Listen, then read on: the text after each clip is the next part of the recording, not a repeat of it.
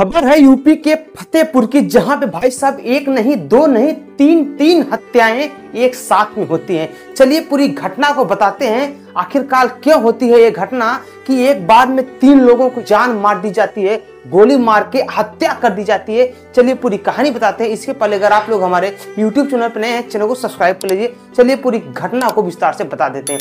भाई साहब उत्तर प्रदेश, जो कि भाई साहब इसमें क्राइम का गढ़ बन चुका है।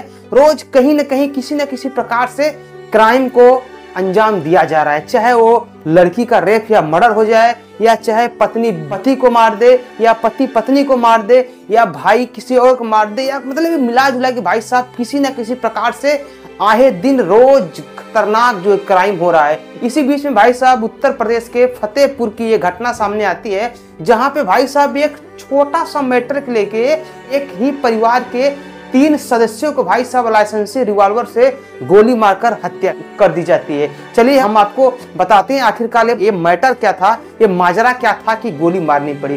भाई साहब ये फतेहपुर के तहिरापुर चौराहा की घटना है, जहां पर भाई साहब ट्रैक्टर निकालने के विवाद को लेकर, ट्रैक्टर निकालने के विवाद को लेकर भाई साहब विपक्षी पक्ष रिवॉल्वर निकाल के ताबड़तोड़ भाई साहब 3 मर्डर कर देता है। उस मर्डर करने वाला भाई साहब जिनका मर्डर किया गया है वो भाई साहब किसान नेता पूर्व प्रधान पप्पू सिंह, अब बेटा अभय सिंह, अब भाई रिंकू सिंह। भाई साहब इन तीनों को भाई साहब ताबड़तोड़ गोली मारकर हत्या की दी जाती है। हत्या करने के बाद भाई साहब पूरे गांव समाज में आक्रोश का माहौल बन जाता है, और भाई साहब एकदम से माहौल जो है कि भाई साहब एकदम से गर्मा जाता है। अब चलिए हम आपको बताते हैं कि आखिरकार ये हत्या करने वाले थे कौन। आरोपी ट्रैक्टर पे सवार था, जिसका नाम था पूर्व प्रधान मुन्ना सिंह। भाई साहब अपने कई दोस्तों के साथ में भाई साहब इस घटना को अंजाम देता है।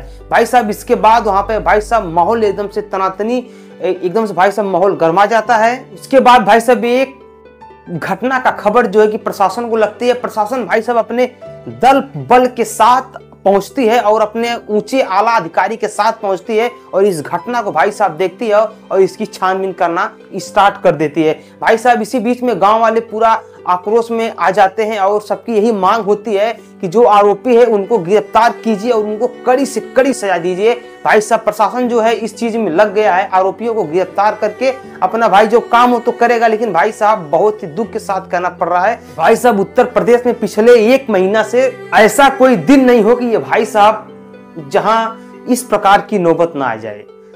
जो कि भाई साहब शासन प्रशासन सरकार भी बहुत टाइट है, बहुत ही चुस्त दुरुस्त है, फिर भी भाई साहब न जाने क्या हो गया है उत्तर प्रदेश को।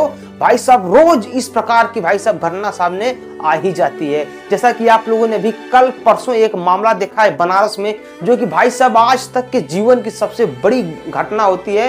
एक लड़की के साथ में 23 लोग ने 6 दिन तक भाई साहब दुष्कर्म करते हैं। इस चीज को सुन के भाई साहब लोग सदमे में आ जाते हैं। उसके बाद भाई साहब एक खबर फतेहपुर के सामने देखने को मिलती है कि भाई साहब एक घर के 3 परिजन को भाई साहब ट्रैक्टर निकालने के छोटे मैटर को लेकर भाई साहब ताबड़तोड़ गोलियां मार दी जाती है। भाई साहब क्या हो गया है इस उत्तर प्रदेश की जनता को, भाई साहब की छोटी छोटी बात को लेकर इस मैटर को इतने बड़े बड़े घटना को अंजाम दे रहे हैं। फिलहाल में भाई साहब ये जो आरोपी है इनके लिए आप क्या कहना चाहेंगे, इनको किस प्रकार की सजा होनी चाहिए, नीचे कमेंट कीजिए। हम मिलते हैं अगले वीडियो में, तब तक के लिए नमस्कार, बाय प्रणाम, हर हर महादेव, जय श्री राम।